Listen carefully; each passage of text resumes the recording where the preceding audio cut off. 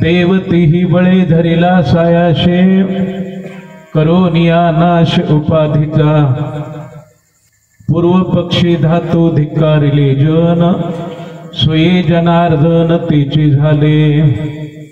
अभंग देहूचे सुप्रसिद्ध साधू संतवर्य संत श्रेष्ठ पंचम वेदाचे निर्माते अनंत कृपा सागर संत श्रेष्ठ जगद्गुरु तुकोबाराय त्यांचा हा लहान अंशा 3 चरणाचा सर्वांच्या अतिशय परिचयाचा सर्वश्रुत असलेला तुकोबारायांचा हा प्रसिद्ध अभंग असून या अभंगद्वारा देहूचे रहिवासी संत सूर्य विश्वाच्या इतिहासातले 3रे जगद्गुरु तुकोबाराय सत्पुरुषांनी आपल्या जीवनामध्ये केलेला संघर्ष आणि त्या संघर्षातून साध्य केलेले जे काही अप्रतिम फल आहे त्याचं तुकोबारायात चित्रीकरण करतात। विठ्ठला अभंग आहे संत श्रेष्ठ जगद्गुरु तुकोबारायांचा आणि प्रसंग आहे एका सभ्य पुरुषाच्या पुण्यस्मरणाचा। कैलासवासी वा स्वर्गवासी ज्ञानोबाजी नामदेवरावजी चव्हाण त्यांचे हे पुण्यस्मरण आहे आणि पुण्यस्मरणाच्या निमित्ताने आज या आकर्षक विलोभनीय अप्रतिम अशा प्रांगणात मागे काही दिवसापूर्वीच किंवा काही महिन्यापूर्वी या नूतन वसाहतमध्ये भगवान शंकराचं अधिष्ठान स्थापित झालेलं आहे। एकतर हे नूतन शिवालय म्हणूया आपण। भगवान शंकराची प्राणप्रतिष्ठा शिखी ऋषीचे पुत्र नंदिकेश्वराची प्राणप्रतिष्ठा आणि रामरायाचे परमभक्त अंजनी तनय हनुमानजीची पुन्हा मूर्ती प्राणप्रतिष्ठा परवा झाली आणि योगायोगाने या पवित्र परिसरात नियोजित असलेल्या देवालयाच्या भूमीत आपल्या या आता कोणतं नगर चाळी म्हणूया तो भाग वेगळा आहे पण नवीनच वसाहत आपली झालेली इथे आणि प्रांगणात हे नियोजित जागा ठेवलेली देवालयासाठी आपली शिष्ट प्रतिष्ठित सुजान आणि दूरपर्यंत विचार करून त्यांनी भगवान शंकराचं शिवालय उभा केलं। रामभक्त यश प्रदान करणारी देवता हनुमानजी मारुतीराय आणि भगवान शंकर यांची प्राण प्रतिष्ठा सनातन धर्माला अनुसरून वैदिक विधीने मागे झाली परवा काही दिवसापूर्वी।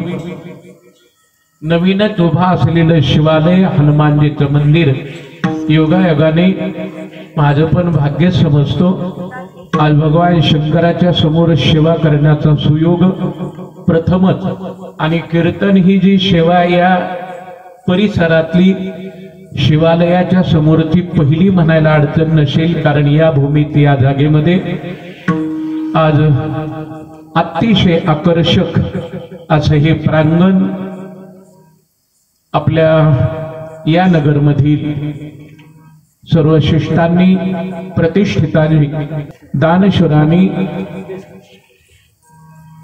योग्य निर्णय घेतला आणि त्यांनी भगवान शंकराचं हे शिवालय उभा केलं। त्या भगवान शंकराच्या द्वारात हनुमानजीला साक्षी ठेवून आज आपण एका पुण्यशील पुरुषाच्या पुण्यतिथीमध्ये आहोत।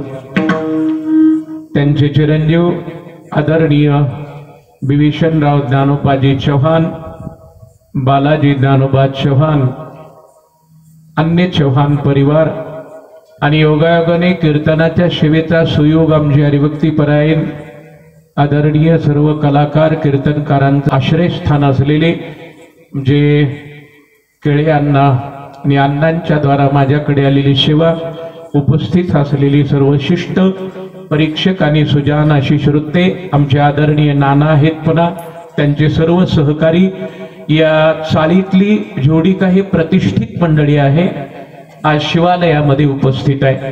नामोल्लेख करण्यापेक्षा ज्यांनी मारुतीराय आणि भगवान शंकराच्या मंदिराची स्थापना केली, याच्यासाठी कष्ट घेतली, जे काही प्रयत्न लागतात हे उभा करण्यासाठी, हे सगळे सुजान आणि सर्व क्षेत्रातले जाणकार असल्यामुळे त्यांनी खूप उशिरा का होत नाही पण या जागेचा शोध लावला। नियोजित जागा नेमकी किती, त्याचा व्यास असेल वगैरे, मुळापर्यंत पोहोचून भगवंताच्या साठी नियुक्त केलेल्या या आकर्षक जागेमध्ये शंकर आणि हनुमानजीची स्थापना केली। त्या भोलेनाथ भगवान शंकराच्या द्वारात महादेवाला साक्षी ठेवून आपण थोडा वेळ तुकोबारायांच्या अभंगाची सेवा करूया। विठ्ठला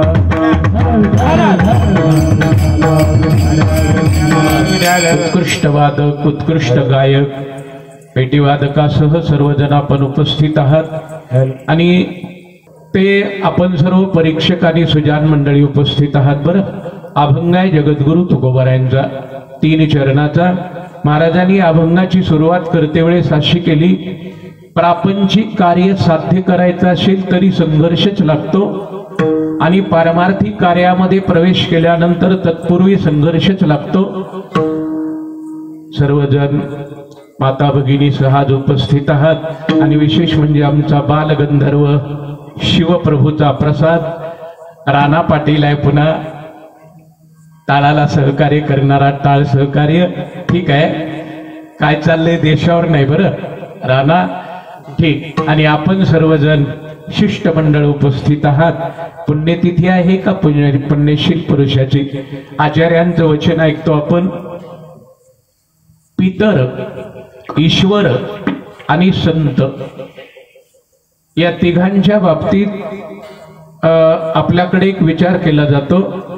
जे स्वर्गीय पितर आहेत त्या पितरांच्या साठी वंशजांनी तर्पण द्यायचं असतं।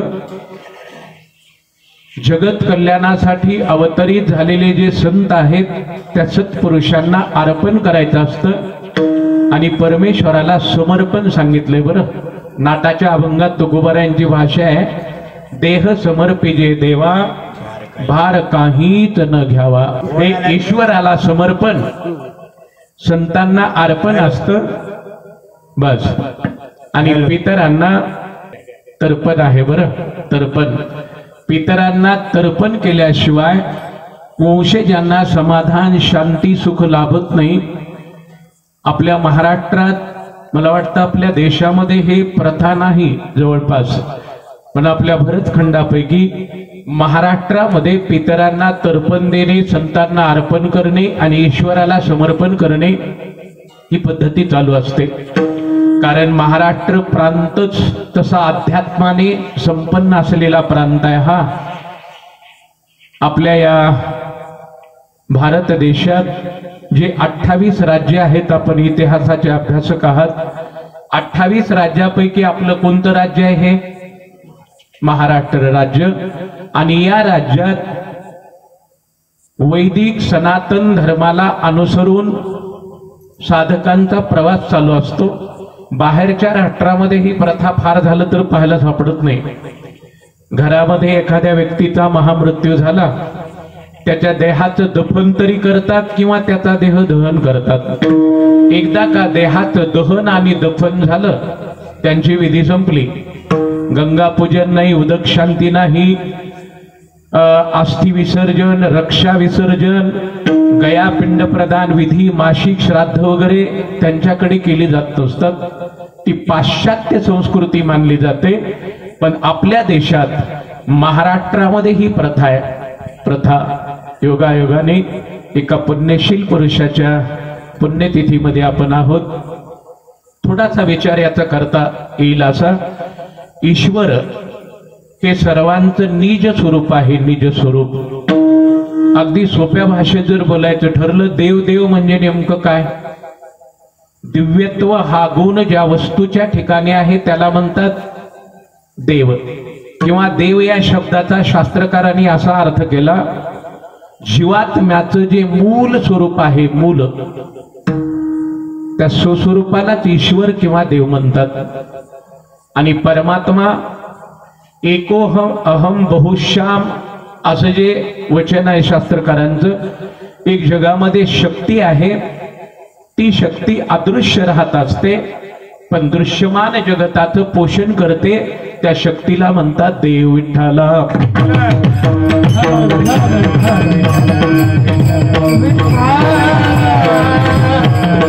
ती शक्ती कोणती? छान आहे बरं, खूप छान. ती एक दैवी शक्ती आहे आणि त्या दैवी शक्तीलाच देव म्हणतात. आता वैज्ञानिक युगात निव्वळ विज्ञानाचा विचार करणारी विज्ञाननिष्ठ जी मंडळी असते त्यांना ईश्वराचं अस्तित्व मान्य नसतं. आपल्या शास्त्राच्या भाषेमध्ये त्यांना नास्तिक दर्शनकार म्हणतात. पण एक आहे, ज्या व्यक्तीच्या जीवनामध्ये वेद आणि विज्ञान या दोन्हीचा समन्वय असेल ते खरंच चांगुलपणाचं जीवन मानलं जातं. नाहीतर निव्वळ विज्ञान आणि केवळ वेद यावर आपली दैनंदिन जीवनातला प्रवास व्यवस्थित होत नाही म्हणतात. विज्ञाननिष्ठ असलेली जी मंडळी असते त्यांना अध्यात्माचा एकतर अनुभव नसतो आणि एवढा पोहोचलेला वर्ग असतो तो दुर्विचाराने, त्यांना परमात्म्याचं अस्तित्व मान्य नसतं. सोडा, बऱ्याचशा वेळेला बोलतो आपण, देव नाही म्हणणारा एक विक्षिप्त वर्ग जगामध्ये जरी असेल तरी परमात्मा म्हणत नाही हे जीवलोक माझे नाहीत, अशी देवाची कधी भाषा आहे का? गीता माऊलीचा जवळपास 15वा अध्याय मुखोद्गत असतो पोरांना. विद्यार्थी दशेत ज्या वेळेला आपण राहतो शिकायला त्यावेळेला गुरुकुलामध्ये गुरुजी 12वा अध्याय आणि 15वा अध्याय गीतेचा शिकवतात. 15वा अध्यायातला 5वा श्लोक आहे सर्वांच्या माहितीतला, ममय अंशो जीवलोके जीवभूत सनातनाहा. याचा अर्थ काय होतो? भगवान अर्जुनाला सांगतायत, अर्जुना जीव माझा आहे, जीव माझा आहे. एखाद्या वेळेला जीव गद्दार होऊ शकतो, देव माझा म्हणणार नाही, पण परमात्मा कधी जगातील जीवांना म्हणतो का तो जीव माझा नाही? प्रत्येक जीव मात्र कीटकांपासून ते ब्रह्मदेवापर्यंत जे देहधारी लोक आहेत त्या सर्वांच्या शरीरामध्ये अनुस्यूत असलेले जे तत्व आहे त्याचं नाव आहे देव, ईश्वर. कारण त्या केवळ विज्ञानवादी लोकांचं असं मत आहे, चक्षुर्वय सत्यम म्हणतात ते. चक्षुर्वय सत्यम, डोळ्याने जे दिसतं तेच असतं, जे डोळ्याने दिसत नाही ते जगामध्ये नसतं असं त्यांचं ठाम मत आहे. पण त्यांना पटवले शास्त्रकारांनी. वेड्या माणसा, जे दिसत नाही ते नाही असं तुझं जर मत असेल आणि जे दिसतं ते आहे तुझं जर मत असेल, तर जे दिसतं ते नाही आणि जे दिसत नाही ते वास्तवतेने आहे हे आम्ही जर तुला पटवलं तर पटेल का? शास्त्रकारामध्ये हे एक वादविवाद आहेत. नाही, आचार्य पटवतात, डोळ्याने जे दिसतं तेच आहे आणि जे दिसत नाही ते नाही. आता भगवान शंकराची स्थापना केली आपण. शिवप्रभू आज सिंहासनारूढ आहेत. हनुमानजीची प्राण प्रतिष्ठापना केली. अंतकरणामध्ये ज्याच्या श्रद्धा आहे, परमात्म्याच्या विषयी प्रेम आहे, अशा व्यक्तीला आजही शिवालयात प्रवेश केल्यानंतर शिव साक्षात्कार होतो, आजही होतो. आता आणखी बघा, ज्याला देवच मान्य नाही त्याला महादेवाची पिंड कोण आहे? कोण वाटते? पाषाण वाटतो, पाषाण. हनुमानजीची प्रतिमा आहे, सूर्यकुलाचा फडकता ध्वज. हनुमानजीची प्राण प्रतिष्ठा वेद मंत्रांच्या द्वारा झाली. ज्यांना देव मान्य नाही त्यांच्यासाठी तो कोण आहे? आपल्या मराठवाड्यातली एक म्हण आहे, मानला तर देव, नाही तर.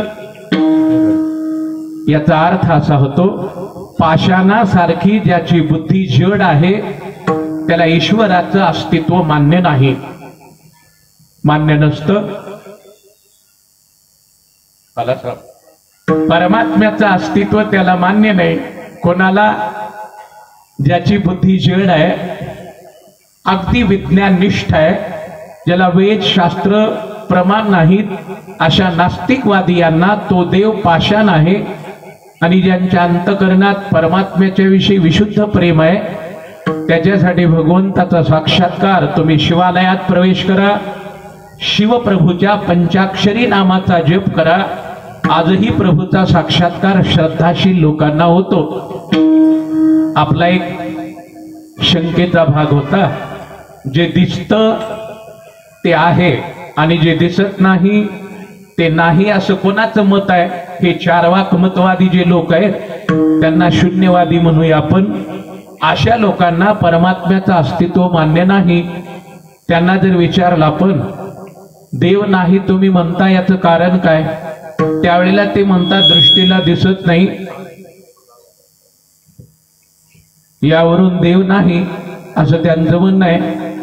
शास्त्रकारांनी त्यांना पटवलंय असं, जे नाही दिसत नाही ते नाही आणि जे दिसतं ते आहे, याच्यासाठी त्यांनी एक विचार मांडला। एक शास्त्रकारांचा श्लोक आहे, पुष्पे गंधम तिले तैलम काष्ठे वह्नि वये घृतम इक्षो गुडो तथा देहो पश्चात्मानं विवेकताः। आचार्य असं सांगतात। हे सगळे व्यवहारातले उदाहरण आहेत बरं, व्यवहारातली। जे दिसतं तेच आहे आणि जे दिसत नाही ते नाही असं त्यांचं मत आहे। त्याला ते सांगतात ते फुलात सुगंध आहे का, पुष्पात सुगंध आहे की नाही? पुष्पात सुगंध आहे, दिसतो का? मग सुगंध नाही का तो? पुष्पे गंधम तिले तैलम काष्ठे वह्नि पये घृतम इक्षो गुडो तथा देहो पश्चात्मानं विवेकताः। जवळपास 4-5 दृष्टांत दिलीत बरं। हरिसुरी नावाचा पंडित बोलतो फुलामध्ये सुगंध आहे, मान्य करतात ते नास्तिकवादी लोक। त्यांना विचारा पुष्पात सुगंध आहे बरोबर आहे, तो दिसत नाही मग सुगंध नाही म्हणतो का? नाही, नाही म्हणण्याची सोय नाही त्याचं म्हणणं आहे। जे देव नाही म्हणतात ते सुद्धा म्हणतात की फुलात सुगंध आहे। आता तो सुगंध मग दिसतो का? दिसत नाही। दिसत नाही मग नाही म्हणता का? म्हणता येत नाही। नाकाला लावून पहा, त्याचा श्वास घे, तुला सुगंधाची प्रचिती येईल। पुष्पे गंधम। दुसरा दृष्टांत दिलाय त्यांनी, तिले तैलम। हे तिल नावाचा पदार्थ आहे, स्निग्ध।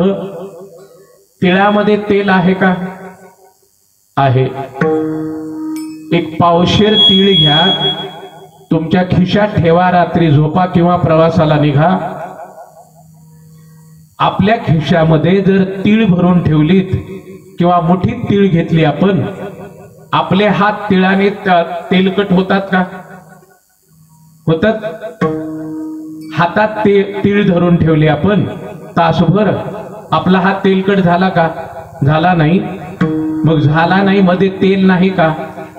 ते असं सांगतात पुष्पात सुगंध दिसत नाही, नाकाला लावून पहा तुला प्रचिती येईल। तिळामध्ये तेल आहे पण ते तीळ वाटून पहा, त्याच्यातलं तुला तेल अनुभवास येईल। इक्षो गुढो। इक्षुदंड म्हणजे ऊस। ऊसामध्ये रस आहे की नाही? आहे। मग ऊस असा मुठीत धरा हातात, आपल्या हाताला रस लागतो? लागत नाही। त्या ऊसाला क्रेशर मध्ये घाला किंवा ते त्या दात जर व्यवस्थित असतील तर त्या ऊसाला सोला आणि मग रस घ्या, तुम्हाला रसाची प्रचिती येते। ऊसात रस आहे पण दिसत नाही, तिळामध्ये तेल आहे पण दिसत नाही, फुलामध्ये सुगंध आहे पण दृष्टीगोचर होत नाही। तथा देहो। त्याप्रमाणे देहात चैतन्य आहे पण ते चैतन्य दिसत नाही।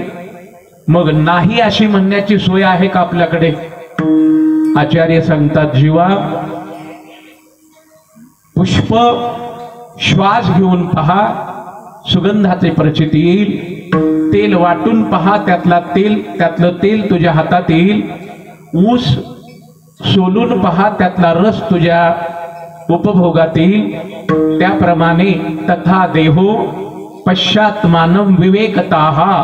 तो विचार करून पहा, या जड देहामध्ये चैतन्य आहे जरूर आहे, फक्त एकच, जसं दुधात दही लावलं जातं त्याचा क्षोभ होतो आणि मग त्याचं व्यवस्थित मंथन करावं लागेल, त्यावेळेला लोणी तुझ्या हातात येईल।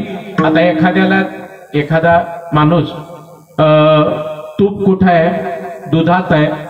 दुधामध्ये जर हात घातला तर तूप आपल्या हातात येतं का? येत नाही। त्याला प्रक्रिया आहे, प्रक्रिया। अगोदर त्या दुधाचं दही लावा, व्यवस्थित पद्धतीने त्याचं मंथन करा, आतून लोणी निघेल, ते काढवा, मग तूप तुमच्या पदरात पडेल। तसं शरीर अंतर्यामी असलेला परमात्मा विवेक बुद्धीने साधना करा, मग त्याची प्रचिती तुम्हाला निश्चित येईल। म्हणतात ज्ञानोबरायांचं किती सोपं उदाहरण आहे, मंथोनी नवनीता तैशे घे अनंता।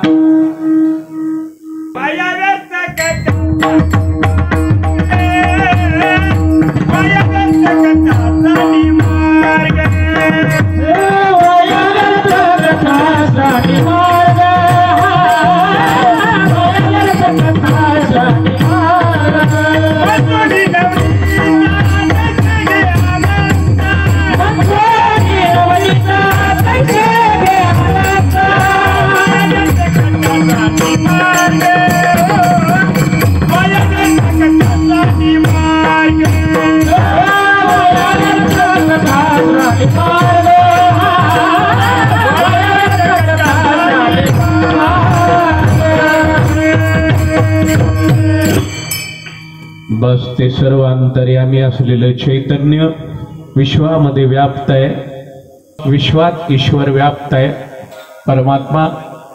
आणि त्या परमात्म्यास अमान्य समजणारा एक वर्ग आहे, त्याला सांगतात की विवेकता हा विचार करून पहा। आणि तो जो ईश्वर आहे ते ईश्वर आपलं मूल स्वरूप आहे, त्या परमात्म्याला आपण समर्पण करावं लागेल। काय समर्पण करा? देह समर्पिजे देवा असंच नाही, तर परमात्म्याला तत्व समर्पण आहे। तत्व, ईश्वराला वेगळं काही लागत नाही, परमात्म्याला फक्त तत्वाचं समर्पण करावं लागतं।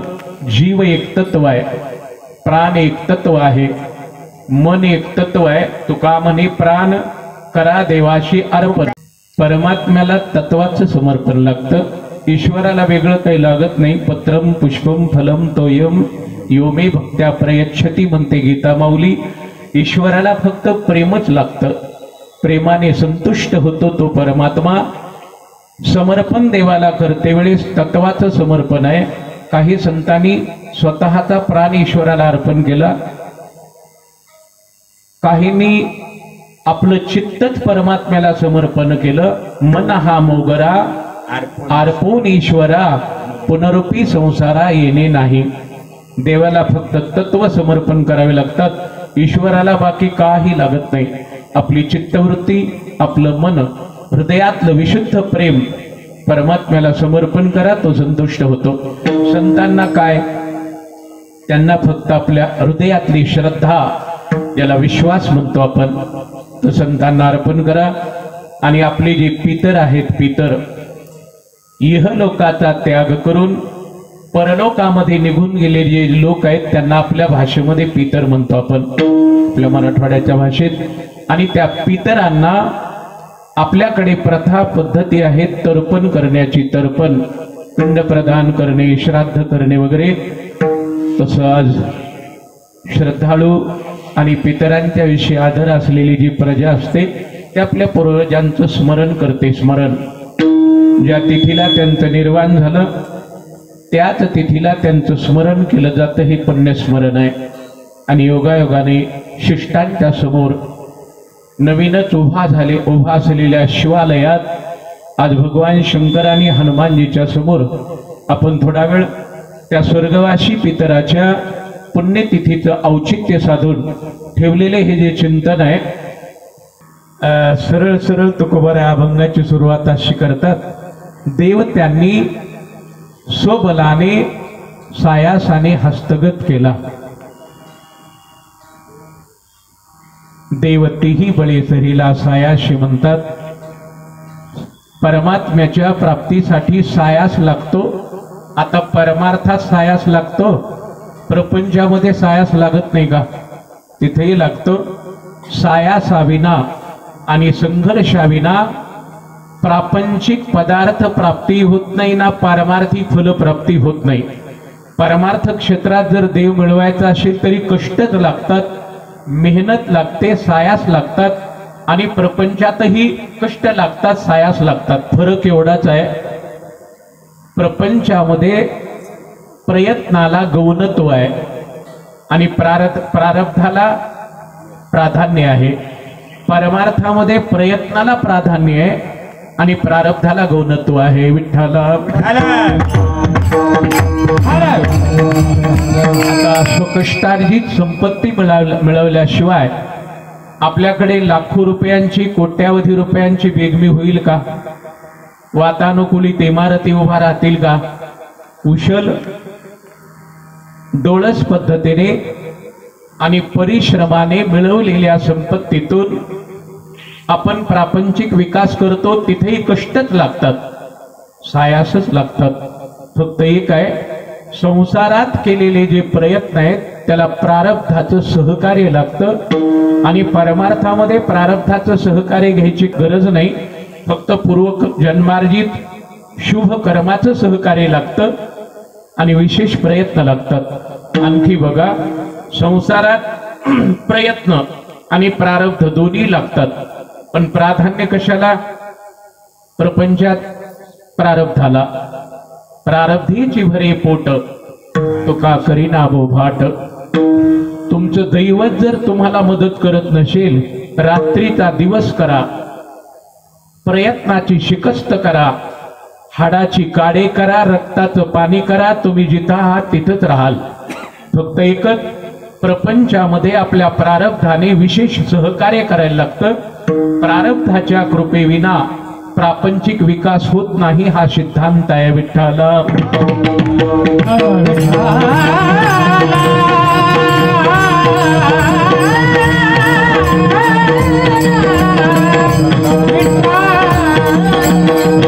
खूप छान. प्रारब्ध संसारामध्ये प्रमुख, त्याला प्राधान्य, आणि परमार्थात मात्र प्रयत्नाला प्राधान्य आहे. सोपा दृष्टांत आपण नेहमी ऐकतो. पूर्वीच्या काळात एक उपजीवनासाठी लोक काही करत होते. गारुडी लोक सापाचा खेळ करायची. पक्ष्यांमध्ये काही पोपटासारखे पक्षी घेऊन लोक आपल्या परिवारांचं पोषण, उदरभरण वगैरे. आज थोडं ते कमी झालं सध्याच्या काळात, नाहीतर मागे असं होतं. हे जे सर्पमित्र असतात ते विषारी सापाला जाग्यावरती थांबवतात, त्यांच्याकडे अभ्यास असतो. मग तो गारुडी असेल किंवा तो सर्पमित्र असेल, दृष्टांत करता असं सांगतो, एका व्यक्तीनं साप पकडला, पकडूनही त्याला पकडला. आता अडचणीत किंवा घरामध्ये असेल तर ज्यांच्याकडे मंत्रशक्ती आहे असे लोक आजही साप पकडतात. साप पकडण्यासाठी एक मंत्र आहे. 72 कोटी मंत्रामध्ये असे अनेक प्रकारचे मंत्र आहेत. एखाद्याला विंचवाने जर दंश केला, कुणी मानेल किंवा न मानेल, डॉक्टरांच्याकडे जाऊन उपचार केल्यानंतर वेदना कमी व्हायला वेळ कमी लागेल, पण मांत्रिकाने जर मंत्र प्रयोग केला तर 2 मिनिटात त्याच्या वेदना कमी होतात. मंत्रात शक्ती नाही असं म्हणता येत नाही. बरं, एका व्यक्तीनं साप पकडला, तो सर्प मित्रच होता किंवा गारुडी वगैरे असेल. त्याने साप पकडला आणि घरी आणून लाकडाच्या पेटीमध्ये बंद केला. पूर्वी त्या लाकडाच्या पेट्या असायच्या, मागे थोडं 25-50 वर्षापूर्वी जाऊन या, ते लाकडाच्या पेट्या वगैरे असायच्या, त्याच्यामध्ये साप बंद केला, पेटी बंद करून टाकली. आता का बंद केला असेल? त्याच्या मस्तकात, त्याच्या दंतांमध्ये जे विष असतं त्याला विष काढून घ्यायचं होतं का त्याचा आणखी काही उपयोग करायचा होता माहिती नाही, पण त्या व्यक्तीनं साप पकडला आणि लाकडाच्या पेटीमध्ये बंद केला. 4 दिवस झाली साप मध्येच, मेला नाही. तो दीर्घ आयुष्य प्राणी आहे, पण अन्नाविना व्याकुळ झाला. व्याकुळ खाद्यपदार्थ त्याला शोधायला त्याला बंदिस्त केलंय, बाहेर पडतो कधी, पेटीतच बंद आहे साप घरात. मग ग्रामीण भागातलं घर, सगळं उंदरांचं साम्राज्य असतं घरात जुन्या. इकडून तिकडे उंदरं धावत पळत राहायची. त्या काही उंदरांनी सगळ्या घरात शोध घेतला, त्यांना त्या दिवशी काही धान्य मिळालं नाही. एक उंदीर इतका चालाक आहे, तो विचार करतो ही पेटी लाकडाची बंद केली तेव्हा त्या पेटीमध्ये काहीतरी खाद्य आहे, मग आपण कष्टाने ते खाद्य मिळवायला काही अडचण आहे का? आपला आहार याच्यात असेल, मग माझं पोट भागवण्यासाठी किंवा आहार शोधासाठी मी इथपर्यंत आलो. पेटी दिसली, त्या उंदरानं अशी मेहनत केली, त्या लाकडाच्या पेटीला छिद्र पाडलं. परमेश्वराने त्याच्या दातात काय शक्ती दिली असेल, ते लाकूडच कोरलं त्याने गिरमिटाने, आत जाणे इतकं एक छिद्र तयार केलं. आता कष्ट करणारा कोण आहे? उंदीर. मेहनत केली, कष्ट केले, त्या लाकडाच्या पेटीला छिद्र पाडलं आणि सावकाश उंदीर आत गेला. आता आत गेल्यानंतर त्याचं काय झालं त्याचा विस्तार करायचे काय कारण आहे का? आतमध्ये गेला, मध्ये साप बसलेला. उंदीर हा सर्प प्राण्याचा कोण आहे? आहार आहे, त्याचं खाद्य आहे. ते स्वतःच्या खाद्यासाठी कष्ट करणारा उंदीर छिद्र पाडून आत गेला आणि तो भुकेने क्षुधित व्याकुळ झालेला बिचारा सर्प प्रयत्न करायला त्याच्याकडे वाव नाही. त्याला पेटीमध्ये बंद केलंय. तो म्हणतो मी प्रयत्न करू तर मला बंदिस्त करून ठेवलंय, मला प्रयत्न करता येणार नाहीत, मी उगी माझ्या प्रारब्धावर अवलंबून राहतो. शांत प्रारब्धावर अवलंबून शांत राहायला साप आत. त्याच्या आहाराची व्यवस्था सहज झाली. सहज कष्ट केली उंदराने आणि फल मिळालं सापाला. आता प्रारब्ध आणि प्रयत्न या दोन्हीचा समन्वय साधते वेळेस असा साधलाय शास्त्रकारांनी, प्रयत्न करणारा उंदीर आहे आणि प्रारब्धवादी साप आहे. उंदीर हा प्रयत्नवादी आणि साप हा प्रारब्धवादी. प्रपंचामध्ये असंच असतं. असंच प्रयत्न तर करावीच लागतील. आपण धावपळ केल्याशिवाय संसारातही आपल्या हातात काही येणार नाही. उद्योगे नाही काय उद्यमे नाही सिद्ध्यंती कार्यानी न मनोरथे नाही सुप्तस्य सिंहस्य प्रविशन्ति मुखे मृगाः, असे एक आचार्याचं वचन आहे. सोपं उदाहरण आहे हे. सोपं. एका वाघाला भूक लागली, काल खाऊन आला होता, जाळीत पडला, दुसरे दिवशी पोटात आग त्याच्या. पण त्याने असा निर्णय घेतला त्या दिवशी मी जाळीच्या बाहेर मुळीच आज धावपळ करणार नाही, पडून राहतो. मला ज्या वेळेला खरी भूक लागेल त्यावेळेला एखादा हरिण येईल आणि मला म्हणेल की वाघा तू क्षुधेने त्रस्त आहेस वाटतं, मी आलो, माझा आहार घे. आपण हो त्याच्या तोंडात पडेल. प्रविशन्ति मुखे मृगाः. हरिण वाघाच्या तोंडात आपणहून येऊन पडत नाही. हरिणाला पकडायचं असेल तर त्याला 4-2 उड्डाण घ्याव्या लागतील, जंगलामध्ये धावावं लागेल. तसं संसारातही धावपळ अपेक्षित आहे, परमार्थातही अपेक्षित आहे. फरकच एवढा, प्रपंचामध्ये आपण जे प्रयत्न करतो त्याला प्रारब्धाची मदत लागते आणि परमार्थामध्ये अगदी शुद्ध प्रयत्न लागतो. विठ्ठल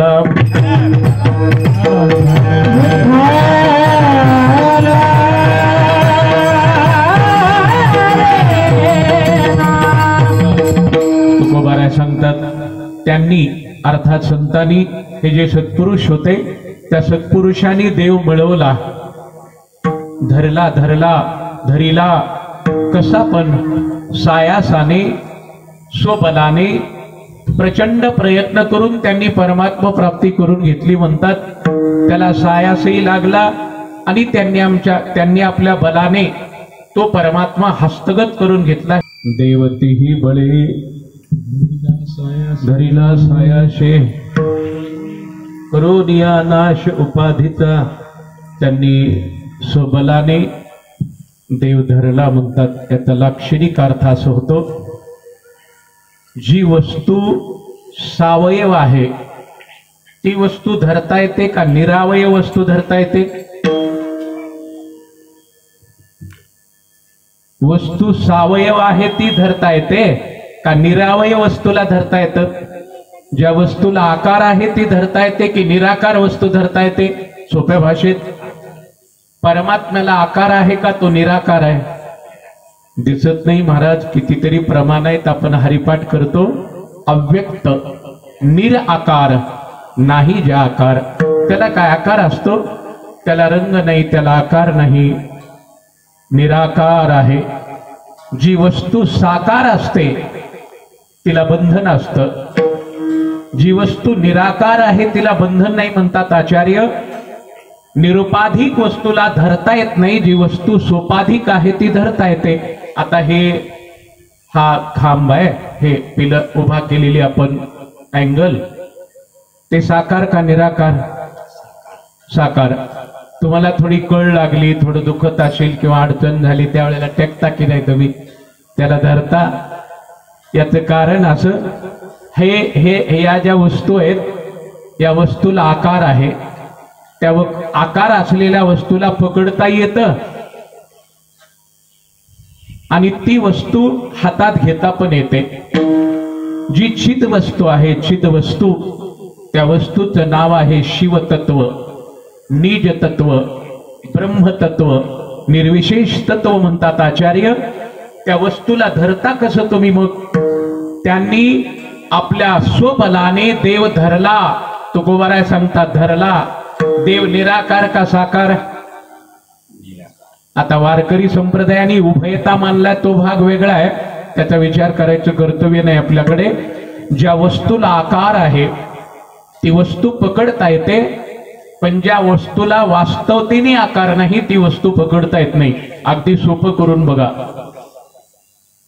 शरीराला आकार आहे का शरीर निराकार आहे? आकार. आता शरीरामध्ये एक शरीरी आहे, शरीरी, त्याला म्हणतात प्राण, आत्मा, चैतन्य, जीव. एके दिवशी जाणार आहे सगळ्यांचा, थांबणार नाही तो. जीव निराकार आहे आणि देहाला आकार आहे.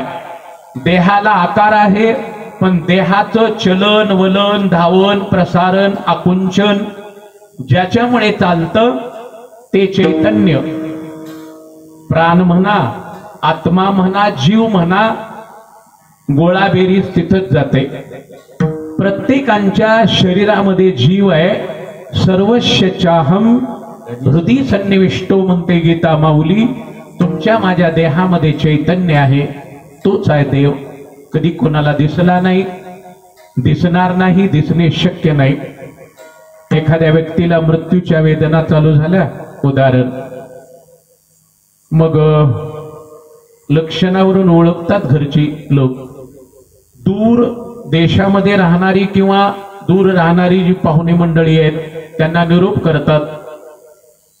मृत्यूच्या असह्य वेदना ज्या वेळेला चालू झाल्या त्यावेळेला लक्षणावरून किंवा त्या अवस्थेवरून कळतं. आणि मृत्यूमुखी पडलेल्या व्यक्तीच्या सभोवती सगळे लोक बसलेली असतात, घरची असतात, बाहेरचे असतात. थोड्या वेळाने खरोखरच त्या देहातलं चैतन्य निघून जातं, निघून. त्याला काय म्हणतो आपण? देहाचं विसर्जन आणि प्राणाचं निर्गमन. प्राणाचं निर्गमन होतं आणि देहाचं विसर्जन होतं. आपल्याला कधीतरी हा देह विसर्जित करायचा आहे, कोणीही असो. आपण नेहमीच बोलतो, सत्तावान असो, धनवान असो, गुणवान असो की विद्वान असो, जगात राहायचं नाही महाराज कोणाला. हे विश्व म्हणजे मायेनं बनवलेलं एक प्राकृत विश्व आहे आणि या विश्वामध्ये अनुप्रवेश केलेला जो जीव आहे देहाला घेऊन, त्याला एके दिवशी या जगाला निरोप द्यावा लागतो. त्याला मरण म्हणतो आपण. अगदी सोप्या भाषेत बघा, शरीराला आकार आहे, पण शरीराचा व्यवहार ज्याच्यावर चालू आहे त्याला आकार आहे का? जीवाला, आत्म्याला, देहाला, चैतन्याला मुळीच आकार नाही. आकार जर असता आणि खरोखरच तो देव ईश्वर सावयव असता, म्हणजे साकार असता, दिसलाही असता. वेदना चालू असाव्यात, आपण आजी आजोबा वगैरे पूर्वजांचे मृत्यू पाहिलीत आपण जवळून. आणखी कोणाचे? ज्या वेळेला मृत्यूच्या वेदना चालू आहेत त्यावेळेला त्याच्या सभोवती सर्वजण बसलेले असतात. दुर्दैवाने आयुष्याचा सूर्य पश्चिमेकडे गेल्यामुळे त्या देहातलं चैतन्य उतरलं जातं, प्राणाचं निर्गमन होतं. सर्वांच्या देखत देखत जीव गेला, सर्वांच्या देखत गेला. लोक म्हणतात गेला बरं जीव, पुढच्या तयारीला लागा आपण. अग्निसंस्कार विधी काय असते याची तयारी करावी लागेल. निरोप पोहोचला नसेल त्यांना पोहोच करा वगैरे सांगतात. जीव गेला हे सगळेजण बोलली, पण त्या लोकांपैकी विचारा बरं त्यांना कुठल्या दिशेने गेला? दिशेने कोणत्या निघून गेला तुम्ही पाहिला का? ते स्पष्ट सांगतात जीव गेला आम्ही लक्षणावरून जाणला. कशावरून? गात्र शिथिल होतात, नेत्र तटस्थ होतात आणि शरीराचं चलन वलन धावन प्रसारण आकुंचन हे बंद होतं. एकदम देह जाते वेळेस त्रिदोष होतो, कंठात कफ दाटून येतो, शरीरामध्ये पित्ताचा स्फोट होतो, शेवटचा एक वेळेला वात होतो, देहाला किंचित प्राय ताप येते आणि अकस्मात ते चैतन्य निघून जातं. त्याला मरण म्हणतात. मरण मी का बोललो? शरीराला आकार आहे, शरीर अंतर्यामी जे चैतन्य आहे अर्थात जीव, त्याला आकार नाही. आणि ज्याला आकार नाही त्याचं नावच आहे देव. विठ्ठला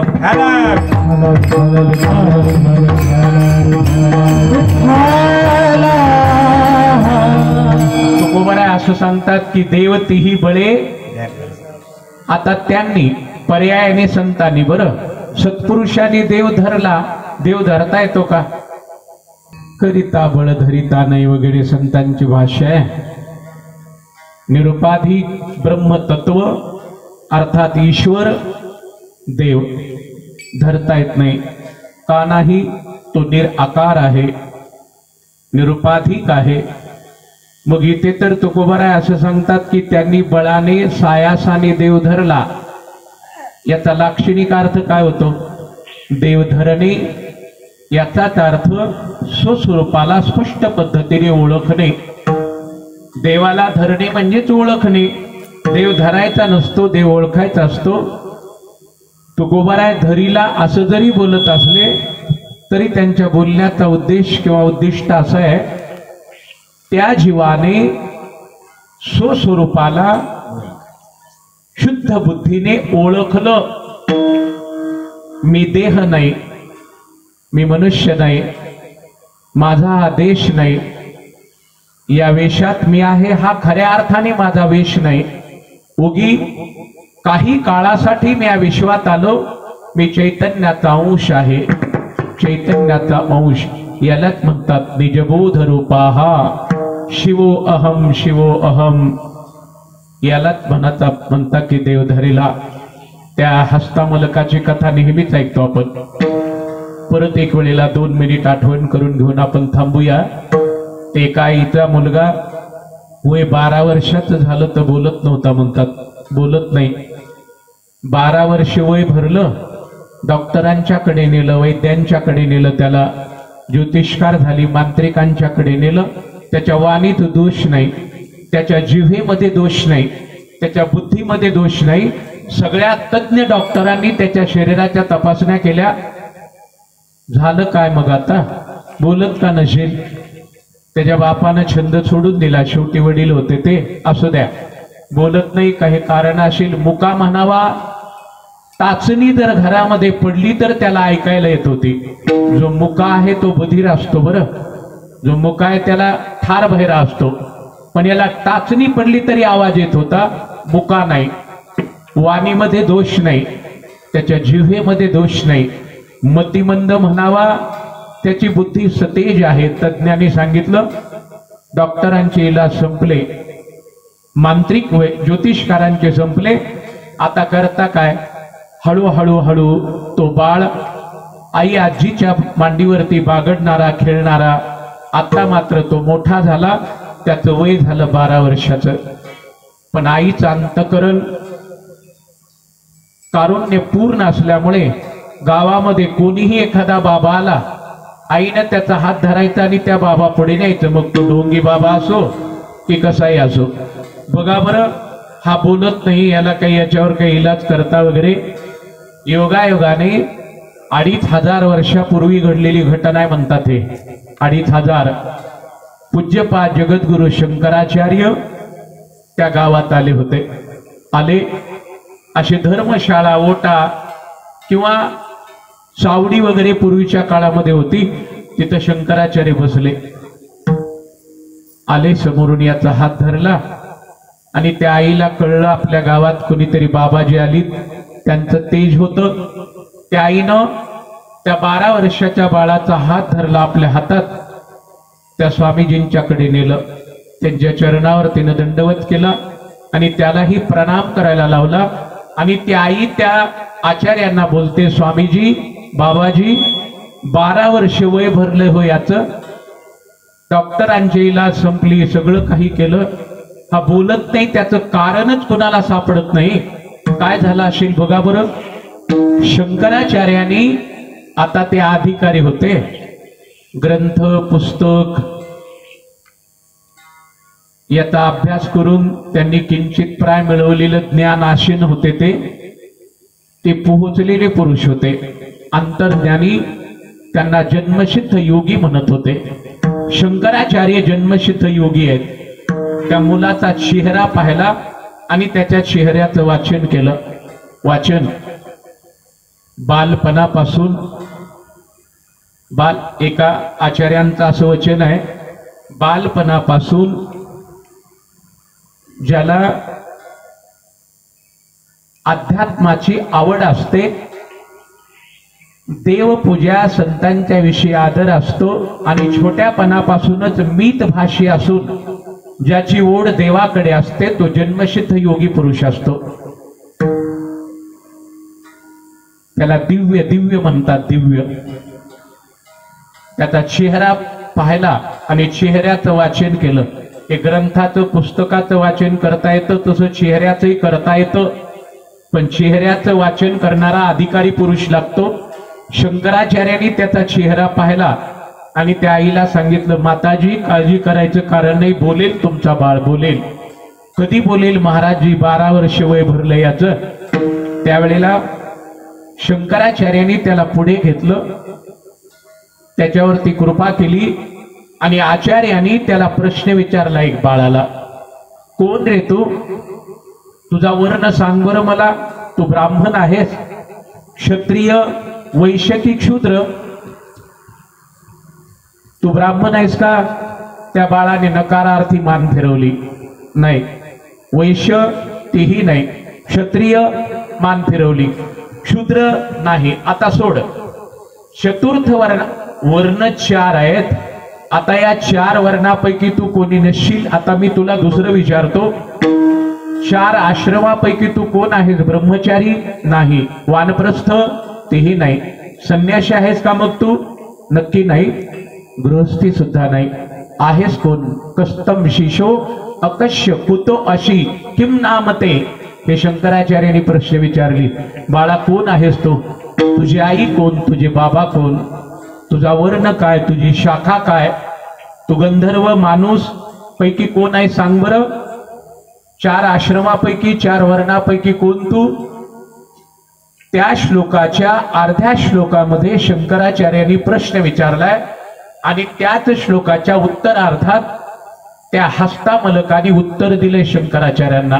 पुढे उत्तर, नाहम मनुष्यो न च देव यक्षो न ब्राह्मण क्षत्रिय वैश्य क्षुद्राः न ब्रह्मचारी न गृही वनस्थो भिक्षुर्न चाहम निजबोध रूपाः. ब्राह्मण नाही, क्षत्रिय नाही, वैश्य नाही, क्षुद्र नाही, ब्रह्मचारी नाही, वानप्रस्थ नाही, गृहस्थी नाही ना संन्यासी नाही. कोण आहेस तू? शिवो अहम, शिवो अहम, शिवो अहम. मी शिव आहे, शिव अर्थात मी चैतन्य आहे, मी स्वयंपूर्ण ब्रह्म आहे. आपण कोण आहात? मी यापैकी कोणीच नाही, मी स्वयंपूर्ण ब्रह्म आहे. या बोधाला म्हणतात देवधरणे विठ्ठला।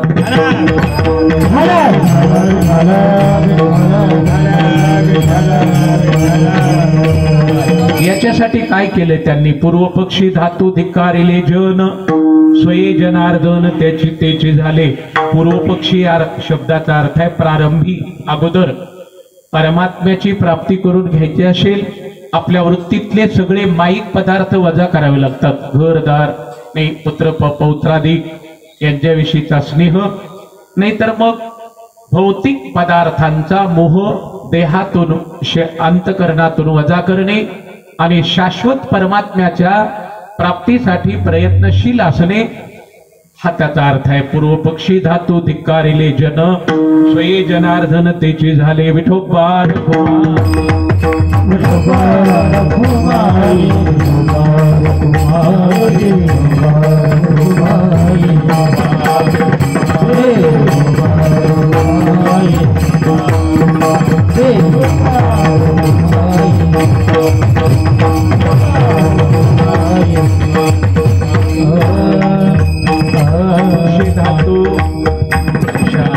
धिक्कारिले जन स्वये जनार्दन तेचे झाले।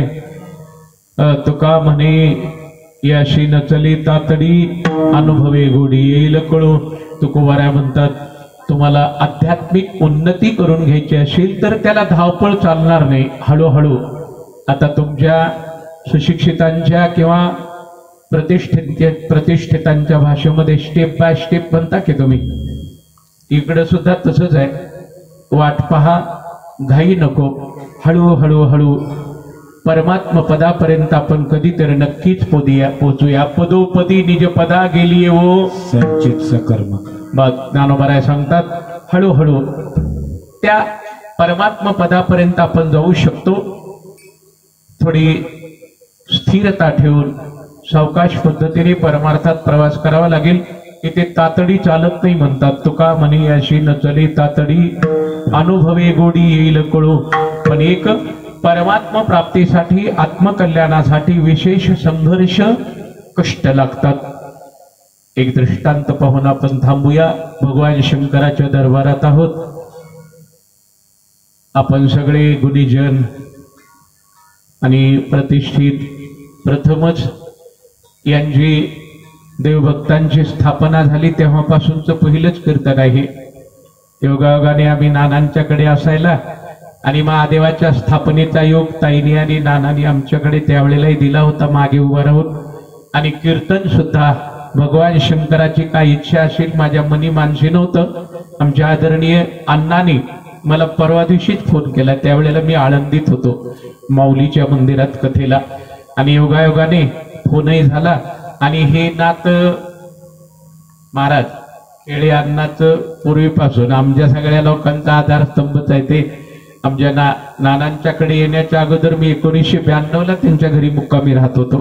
ठीक आहे, आपली आज्ञेला उत्तर नसतं। सगळे प्रतिष्ठित शिष्ट चव्हाण परिवाराने निमंत्रित केलेले भाविक उपस्थित आहेत। सुरुवात आहे आपली। महादेवाची लीला मोठी गमतीची आहे। याच ठिकाणी भव्य दिव्य असं शिवालय काही वर्षांनी आपण कुठेही असलो तरी येऊन पाहणार आहात। अडचण मानायचं काही कारण नाही, कारण ती शक्तीच वेगळी आहे। आता यांनी प्रयत्न करून रात्रीच्या रात्री सिंहासन, रात्रीच्या रात्री ओटे लागलीच, मग वरती कपडा टाकणं, पुन्हा हे एका दानशुराकडून झालंय। आता एवढं मोठं ज्या वेळेला इथं हवन झालं, प्राणप्रतिष्ठा झाली, त्यावेळेला त्या अँगल पासून इथपर्यंत असं ठरलं तर महादेवाची जादूच मोठी गमतीची आहे। आणखी दूरपर्यंत भयानक मोठं हे शिवालय आहे आणि शिवालयामध्ये आपण प्रथमच सेवेला आहोत। महादेवाची मारुतऱ्यांची सेवा या भाग्यशील लोकांच्याकडून होते आहे।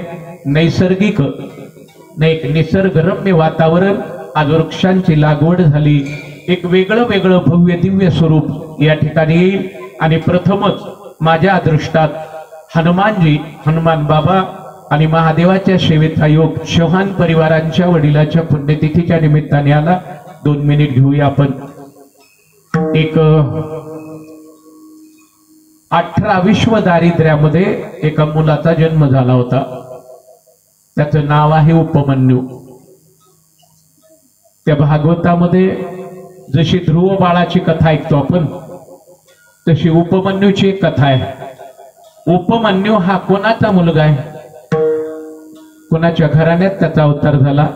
परंपरेने भगवान शंकराची उपासना ज्या घरामध्ये चालू होती तो एक मोठा घराणा आहे. शिवभक्तीचा ज्वलंत आविष्कार म्हणजे उपमन्यू. आणि उपमन्यूचा बाप भगवान शंकराच्या भक्तीचा एक ज्वलंत आविष्कार म्हणून ओळखला जात होता. त्या उपमन्यू बाळाच्या वडिलाचं नाव आहे व्याघ्रपाद. व्याघ्रपाद हे नाव उगीच ठेवलं नाही त्यांच्या मायबापांनी. महादेवाची अशी भक्ती केली, शिवालयामध्ये व्याघ्रपाद जायचे आणि पंचाक्षरीचा जप चालू करायचा. जप चालू झाला की त्रिशूळ डमरू घेऊन भोलेनाथ त्याच्या समोर प्रकट व्हायचे. प्रगट एवढी साधना केली त्यांनी शंकराची उपासना. महादेवाचे भक्त कधी गरीब राहत नाहीत बरं, हे एक अडचण आहे मोठी. हा एक महत्वाचा भाग आहे. बाणासूर शंकराचा भक्त आहे, रावण भगवान शंकराचाच भक्त आहे. शिवप्रसाद जर आपल्या पदरी आला, पारमार्थिक आणि प्रापंचिक दोन्ही क्षेत्रातले प्रवास सुखाचे होऊन जातात. व्याघ्रपाद नावाचा एक पुरुष होता, मुनी. महादेवाच्या मंदिरामध्ये गेले त्यांनी पंचाक्षरीचा जप करायचा. 5 अक्षरी जपाला एक प्रणव शब्द जोडायचा असतो बरं. महादेवाचा पंचाक्षरी मंत्र कोणता? नमो शिवाय किंवा नमः शिवाय. नमो शिवाय म्हणा की नमः शिवाय म्हणा, हा पंचाक्षरी मंत्र आहे. पण पंचाक्षरी मंत्राला प्रणव मंत्र जोडावा लागतो. प्रणव म्हणजे ओम. ओम नमो शिवाय, ओम नमो शिवाय, ओम नमो शिवाय असा जप चालू झाला. महादेव प्रसन्न झाले आणि मग अभयारण्यामध्ये राहून तो राजा जप करत होता, तपश्चर्या. त्याला कोणाची भीती राहू नये, शंकराने त्याला वाघाची पाय दिली. कारण देते वेळेस महादेवाची देण मोठी वेगळीच आहे. म्हणून तरी तुकोबाराय म्हणतात, कृपा कराल ते थोडी, पाया पडिलो बराडी. त्रिभुवनी उदार भोळा राजा शिवशंकर एका अभयारण्यामध्ये ते जायचे, तपश्चर्या करायची आणि मग राजधानीला परत जायचे.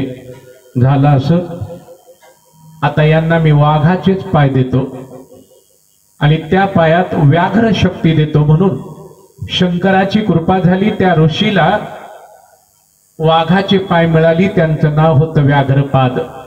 आणि व्याघ्रपादाची 2 मुलं आहेत, पहिला धौम्य ऋषी आणि दुसरा उपमन्यू बाळ. बघा, उपमन्यूने ज्या घरी जन्म घेतला ते परंपरेने शिवभक्त होते, शिवभक्ती परायण. पण पुढे प्रारब्धाचा खूप झाला त्या परिवारावर आणि उपमन्यूचा जन्म होण्याच्या अगोदर त्या घरातलं वैभव सगळं संपलं, नष्ट झालं.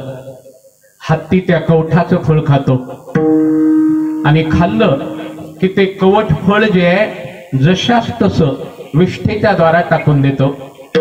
लोकांना वाटतं त्या हत्तीने कवठ फळ खाल्लं आणि त्याच्या विष्ठेद्वारा बाहेर पडलं, मग त्याला उपयोग काय झाला? असं सांगतात, ते फळ जर फोडलं तर त्या फळामध्ये गळ अजिबात राहिलेला नसतो. हत्तीच्या भोक्तृत्व शक्तीचा परिणाम आहे हा. फळ तसंच येतं पण आतला गळ मात्र हत्ती सेवन करतो. तसं अदृष्ट जर प्रतिकूल असेल, ऐश्वर्याचा ऱ्हास व्हायला वेळ लागत नसतो. आणि आपलं प्रारब्ध जर अनुकूल असेल तर आपल्या प्रपंचाचा विकास व्हायलाही वेळ लागत नसतो. विकासाला आणि ऱ्हासाला कारण आहे प्रारब्धाची अनुकूलता आधी प्रतिकूलता. असो, याचा जन्म होण्याच्या अगोदर त्याच्या घरचं सगळं वैभव संपलं. तळहातावरती पोट आला. आता त्या घरात ज्या घरात श्रीमंतीची फुलं वेचली जात होती त्या घरामध्ये दारिद्र्याचं शेण वेचायची वेळ आली आणि त्या काळात या बाळाचा जन्म झाला. तो महादेवाचा परमभक्त होता उपमन्यू. मोठा झाला हळूहळू. आता त्या बाळाला पुष्ट करण्यासाठी शक्तिवर्धक पदार्थ आईने द्यावे लागतात. त्याला शक्तिवर्धक पौष्टिक पदार्थ द्या कुठून. अडचण तर अशी आहे, सगळं दारिद्र्यच आहे घरी. हळूहळू मोठा होत चालला. त्याला दूध द्यायचं असतं, पण द्या कुठून. आईनं त्या तांदळाचं पाणी काढायचं पांढरं, ते फुलपात्रात टाकायचं ग्लासमध्ये आणि त्याला द्यायचं. त्याने ते दूध आहे म्हणूनच प्राशन करायचं. पण एक वेळेस असं झालं म्हणतात उपमन्यूच्या चरित्रात, शेजारी त्याच्या वयामध्ये छोटा मुलगा त्याचा मित्र असल्यासारखा घरी गेला आणि त्याची आई त्याला दूध पाजत होती. ते खरं जे दूध होतं पौष्टिक गोमातेचं दूध त्याने घेतलं आणि दूध घेऊन तो बाळ तृप्त झालेला त्या ग्लासामध्ये तसंच शिल्लक ठेवलं. हा उपमन्यू तिथं आला शेजारी. त्यावेळेला त्या शेजारणीनं उरलेलं दूध याला दिलं. उपमन्यूने ते दूध घेतलं. खऱ्या दुधाची पौष्टिकता, त्या दुधात असलेला ओषटपणा, त्याची चवी वगैरे उपमन्यूला कळली. घरी आला. रात्रीच्या वेळेला आईचं ठरलंय धान्याचं पिठाचं पाणी करायचं, दूध म्हणून द्यायचं, हा डोळे बंद करून घ्यायचा. पण आज मात्र त्याने याचा हट्ट धरला. आतापर्यंत तू मला फसवलं आई, हे दूध नव्हे, दुधाच्या रंगाचं मला कुठल्या तरी धान्याचं पाणी करून देतेस तू, मला दूध दे. त्यावेळेला त्या आईला क्रोध आला म्हणतात, राग आला. ईश्वराची इच्छा असेल, आता तुला दूधच हवा असेल. ज्याने तुला पैदा केलं त्या देवाला माग. आपल्या घरी दूध नाही, जगावं कसा हा प्रश्न आपल्या समोर मोठा. तुला दूध आणू कुठून? मग करू काय? तू दूध देवाला माग. कोणाला मागू? तू महादेवाला माग. आई, तो महादेव कुठे असतो? आई सहज बोलली, तो अरण्यात असतो. एकांत साधना करावी लागते बाळा. त्यावेळेला शिवप्रभूचा साक्षात्कार होईल आणि मग महादेव तुला वैभव देतील, ऐश्वर्य देतील. एवढंच ऐकलं. आईच्या चरणावर मस्तक ठेवलं, तिचा आशीर्वाद आपल्या मागे घेतला आणि व्याघ्रपाद पुत्र उपमन्यूने आपलं घर सोडलं. अभयारण्यात निघून गेला. निघून तिथे त्याला महात्मे कोणीतरी भेटले असावेत. तिथे जाऊन त्याने मातेचं मार्गदर्शन होतं. आई जर सुशिक्षित असेल, सुजान असेल, हजारो शिक्षकांपेक्षा आपला मुलगा घडवू शकते, प्रजा घडवू शकते. आईचं मार्गदर्शन होतं. अरण्यात गेला आणि तिथे जाऊन आसन घातलं उपमन्यूनं. पंचाक्षरीचा जप चालू केला. ओम नमः शिवाय, ओम नमो शिवाय, ओम नमः शिवाय. रागा ओम नमः शिवाय असा जप. बरं, ओम नमः शिवाय असा जप चालू केला. आमच्या रानाचा चालू असतो बरं जप. आणि ओम नमः शिवाय जप चालू झाला. त्याच्या जपाने भगवान शंकर ओढले गेले. तिथं ओढले गेले. आले जवळ. महादेवाने एक चमत्कार केला. पण अमरावतीचा राजा बनून आला. तेव्हा महादेवानं रूप बदलला. हे यवतमाळ जिल्ह्यातली अमरावती नाही, स्वर्ग. स्वर्गाचा राजा इंद्रदेव बनून आले शंकर. पुढे उभा राहिले आणि त्याला म्हणतात, बाळा कोण रे तू? भगवान शंकराचे परमभक्त व्याघ्रपाद मुनी, त्यांचा मी मुलगा आहे. असं कशासाठी बसला? मला शिवप्रभूचा साक्षात्कार हवाय.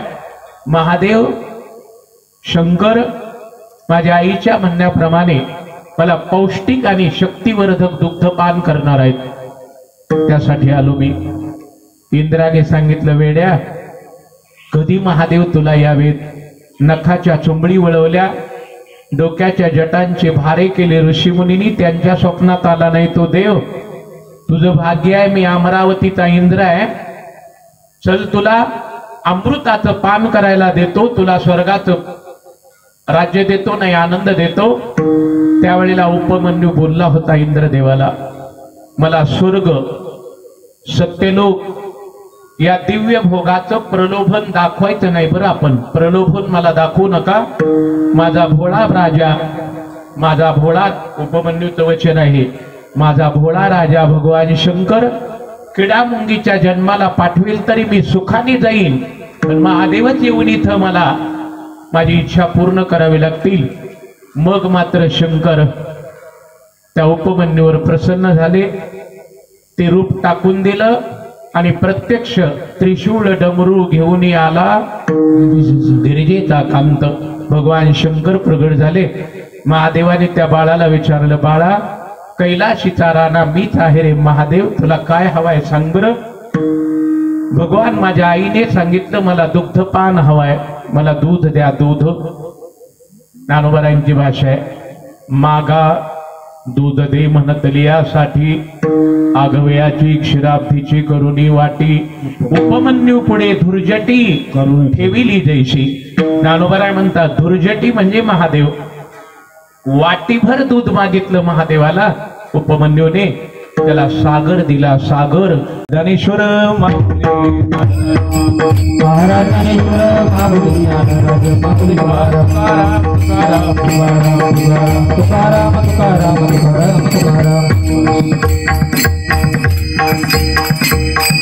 कैलासवासी वा स्वर्गवासी ज्ञानोबाजी नामदेवरायजी चव्हाण यांच्या पुण्यतिथीचा प्रसंग आहे हा. योगायोगाने त्यांची चिरंजीव बिभीषणराव आणि बालाजी ज्ञानोबा चव्हाण या बंधूंच्या द्वारा आज सगळ्या वारकऱ्यांना निमंत्रित करून आपल्या सर्व शिष्टांना एकत्रित करून हा पुण्यतिथीचा प्रसंग भगवंताच्या नामचिंतनामध्ये संपन्न होत असावा. ईश्वर न सद्बुद्धी देवो. आणि विशेष म्हणजे आज आपण या शिवालयामध्ये आहोत. हनुमानजी आणि भगवान शंकराच्या द्वारा योगायोगाने इकडे असा हा योग कधी येईल की नाही ही शंका मोठी होती, पण परमेश्वराची इच्छा मोठी गमतीची असते. महादेवालाच आपल्या या नगरमध्ये इथे यायचं असेल, यांनी मोठे प्रयत्न केली, कष्ट केली, सायास केली आणि शिवालय उभा केलं. हनुमानजी यांनी ज्यांनी प्रयत्न करून हनुमानजी यांनी शंकराच्या मंदिर उभारण्यासाठी ज्यांचे प्रचंड प्रयत्न झाले त्यांच्यावर हनुमानजी आणि भगवान शंकरजी यांच्या कृपेचा वर्षाव हो. त्यांना परमात्मा बोल बुद्धी आयुष्य देवो.